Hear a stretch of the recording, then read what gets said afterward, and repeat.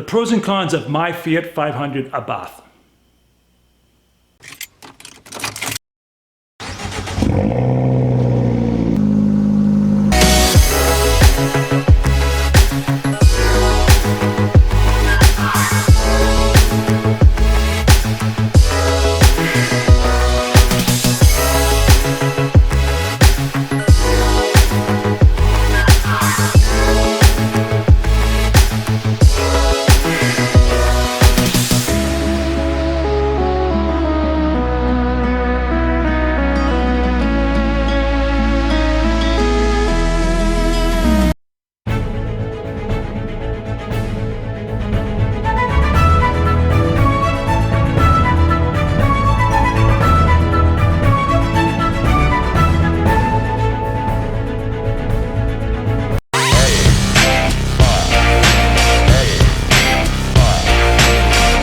Hello everybody, it's Mike, the Baldadonis.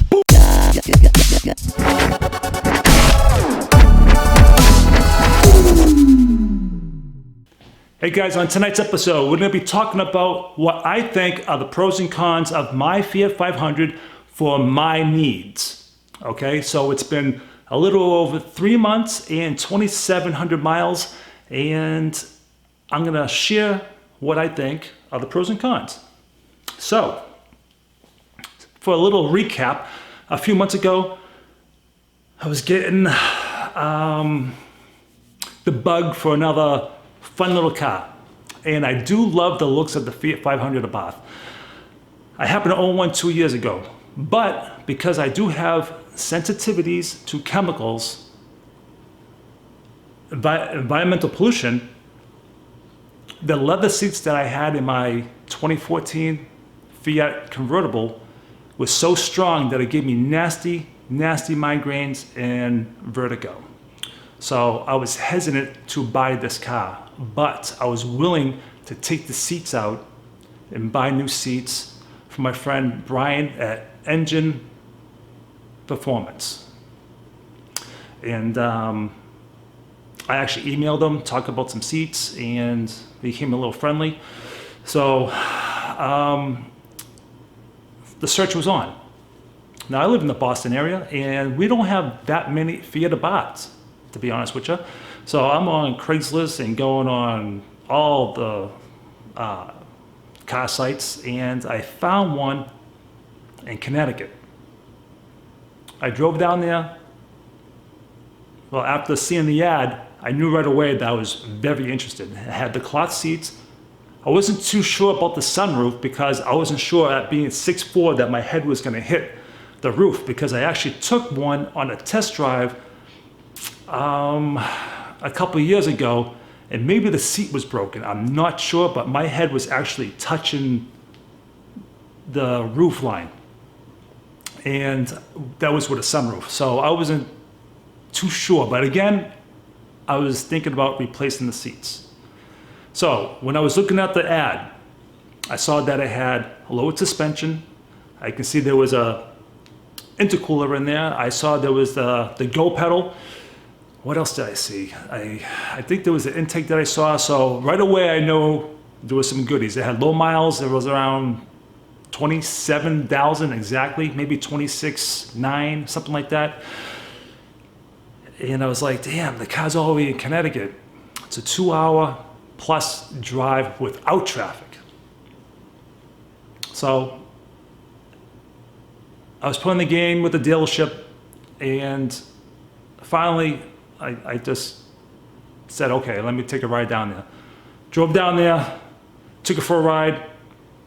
I was like, yeah, that's cool. I had plenty of room. I was very happy with that. I didn't get dizzy from the interior, the smell of the interior, so that was a plus, a huge plus. Otherwise, I probably wouldn't have bought it, to be honest with you. So I ended up buying the car. So again, I had to come back home, go back down, pick up the car, and on the way home, I got a check engine light. I was like, come on, man. So, but I was playing with the buttons on the go pedal. Now, other than what I just told you, I have no idea what else was in the car. The dealership actually gave me the parts, or some of the parts, that came with the car from the previous owner. The original shocks and struts were in there.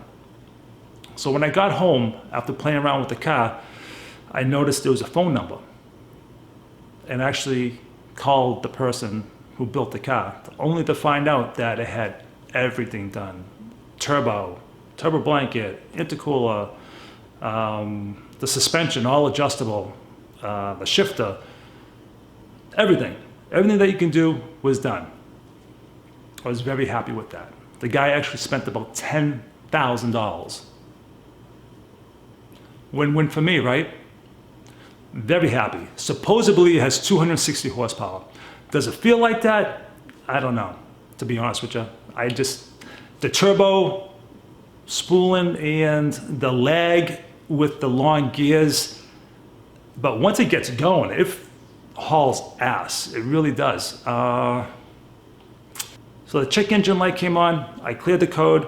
I didn't have another check engine light on until like 2 months later. Driving around 80 miles an hour, check engine light comes on. But it cleared itself after 2 days. So it's like, all right, cool. And then I got another check engine light on. And I left it alone.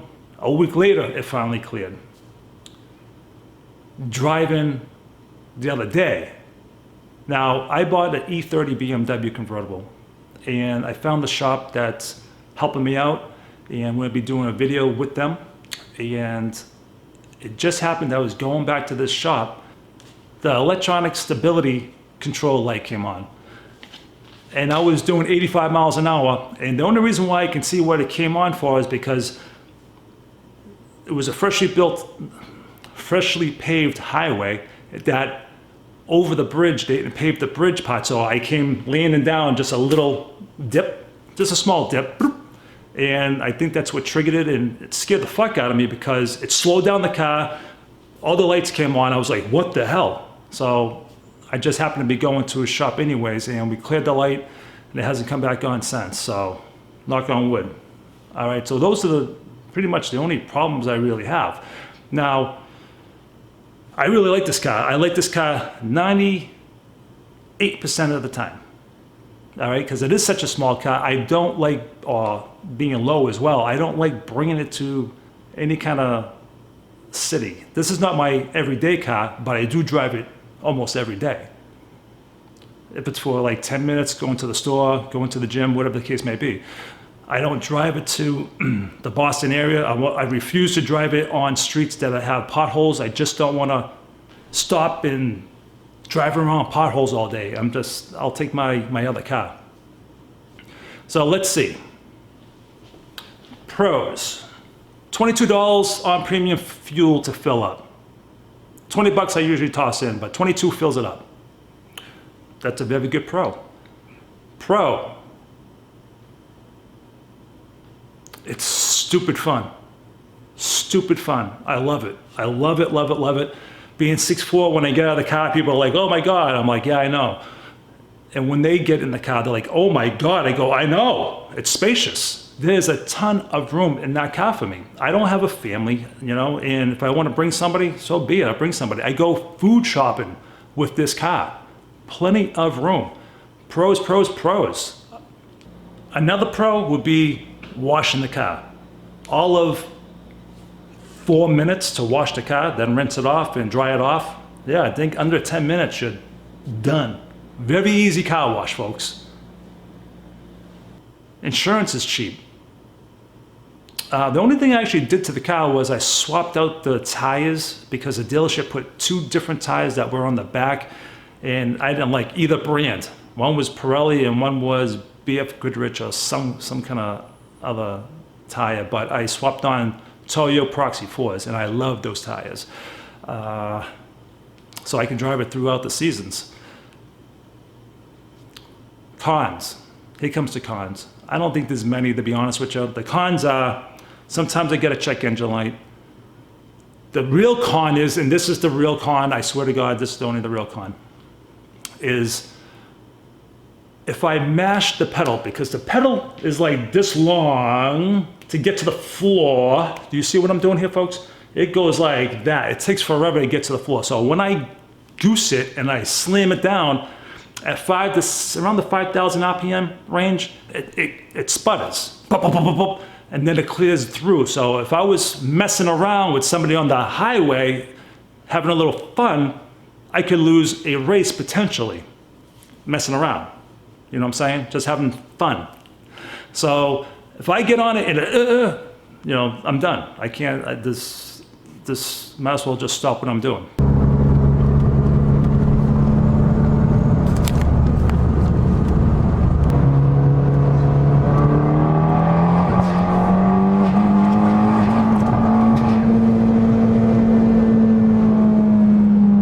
So what happens is I have to go linear with the gas pedal, like this, and it goes right through the power band, it goes right up, 7,000 RPM, no problem.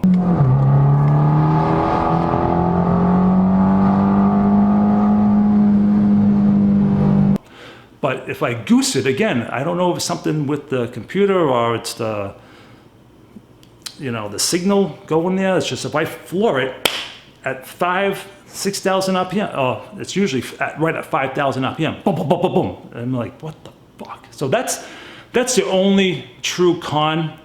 If I just go linear in the pedal, it goes right through the power range and there's no problem. Other than that, I do really enjoy it. So when I got that check engine light and I went back to my buddy's shop, he checked the spark plugs and he's looking at it and it looked like there was oil on there.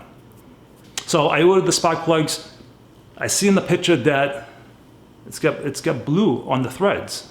I was like, oh, maybe that's what it was. It looks like it was oil, but it wasn't. So I finally got the spark plugs in. It took 2 days to get here. And today I put the new spark plugs in and it's still doing the same thing. So I gave it a try. It cost me 60 bucks to see if that was a quick fix. So I'm just gonna enjoy the car for what it is, just goose it, you know, with linear power, and I'll be fine. But other than that, second and third gear in my area, that's all I stay in. I just have a lot of fun with this car. So another con would be trying to get my friend's driveway only for the bottom to be scraping the exhaust, so I don't go up his street, not his street, up his driveway at all. So there is some places I can't drive the car, which is fine. I do get people that love to be at my ass for whatever reason, you know, just why are you at my ass? It's a small car, I feel insecure maybe, you know, like I can touch your license plate if there was no back window. That's how small the car is. Oh, another con, in my opinion, is on high speeds, like over 55 miles an hour, the front end is loose. That's even with the sport mode. So with the wind, it's not as secure as like a Mini Cooper S or maybe a GTI or something like that. I just find that the front end is way too light at high speeds, especially with wind involved. So that's a little nerve-wracking sometimes. Another con would be my blinker. Every time I put the directional on, when I'm taking the corner, I turn the wheel back, it doesn't come off. Usually, you know, you take a corner, the directional shuts off, but not on the Fiat. Always stays on, and it drives me bananas. Another con would be if you're tall, 6'4", 6 feet, whatever the case may be. If you're taller than you should be into this car, the car has spacious legroom. Unfortunately, the steering wheel only goes up and down, not back and forth. So I can set the seat all the way back and almost not able to push the clutch in or able to shift the shifter, but I can't touch the steering wheel. It's just way too far away, but if it came to me a little bit, things would be fine. Another con is it's very narrow, and when the shifter is the console area there, where the shifter is, whatever, your legs are only so far apart, okay? and it takes a little while for your knee to feel comfortable against the plastic. It takes a little while. Almost has to build up a callus against your knee so it gets toughened up a little bit. It's very uncomfortable for the first month or so. The seats, although they are comfortable, the seat and positions are awkward, and in a certain situation where I had 2 hernias done, my boys felt like they were getting kicked all the time, so it was very uncomfortable till I found a certain spot. Yes. So you sit up versus sitting down the seat, and with your feet, you're almost, just pretend you're at an office or you're sitting in your chair and you have a gas pedal and a brake pedal. That's how you drive this car. So my foot stretched out so much that I think I pulled my calf muscle, or I did something. I remember hurting my leg because it had to stretch out so far. But once it broke in, I got used to it. So those are some of the pros. So those are some of the cons. But other than that, I really love this car. I really do. I hope to keep it as long as possible, but being a car enthusiast, I will sell it eventually, and I'll kick myself in the ass for selling it because it was a cool car, but I'm always looking for something different. That's all.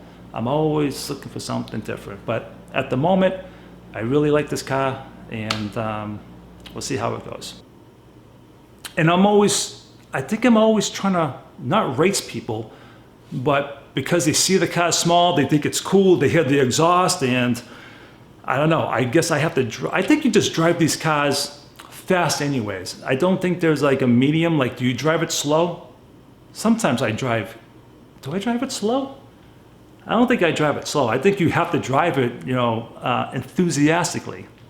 So I do have a lot of fun in this car. Again, pros and cons. With all the upgrades that I got almost free from buying this car, I got a steal of a deal. Absolutely. I love the car. I love the color. I love the interior. Now, the stereo system I thought was a little cheesy, but after a while, your ears get used to the stereo system. So the stereo system's very adequate because I hear a lot of people complaining that it sucks and this and that. I find it pretty damn good, and I use my Apple Tunes, and there's no problem. It's actually, if you put another stereo system in there, I think it would be just too loud and you're gonna ruin your ears. That's my opinion at 50 years old. I already did all that stuff when I was younger. Yeah, I think that's about it, guys. I mean, I really, really enjoy this car. I think people love it. They think it's cool, and then I get people like, what is it? How do you get in there? But you know what? I like it. I like it a lot. So that's the pros and cons, folks. That's it. So until the next video, everybody, Baldadonis out.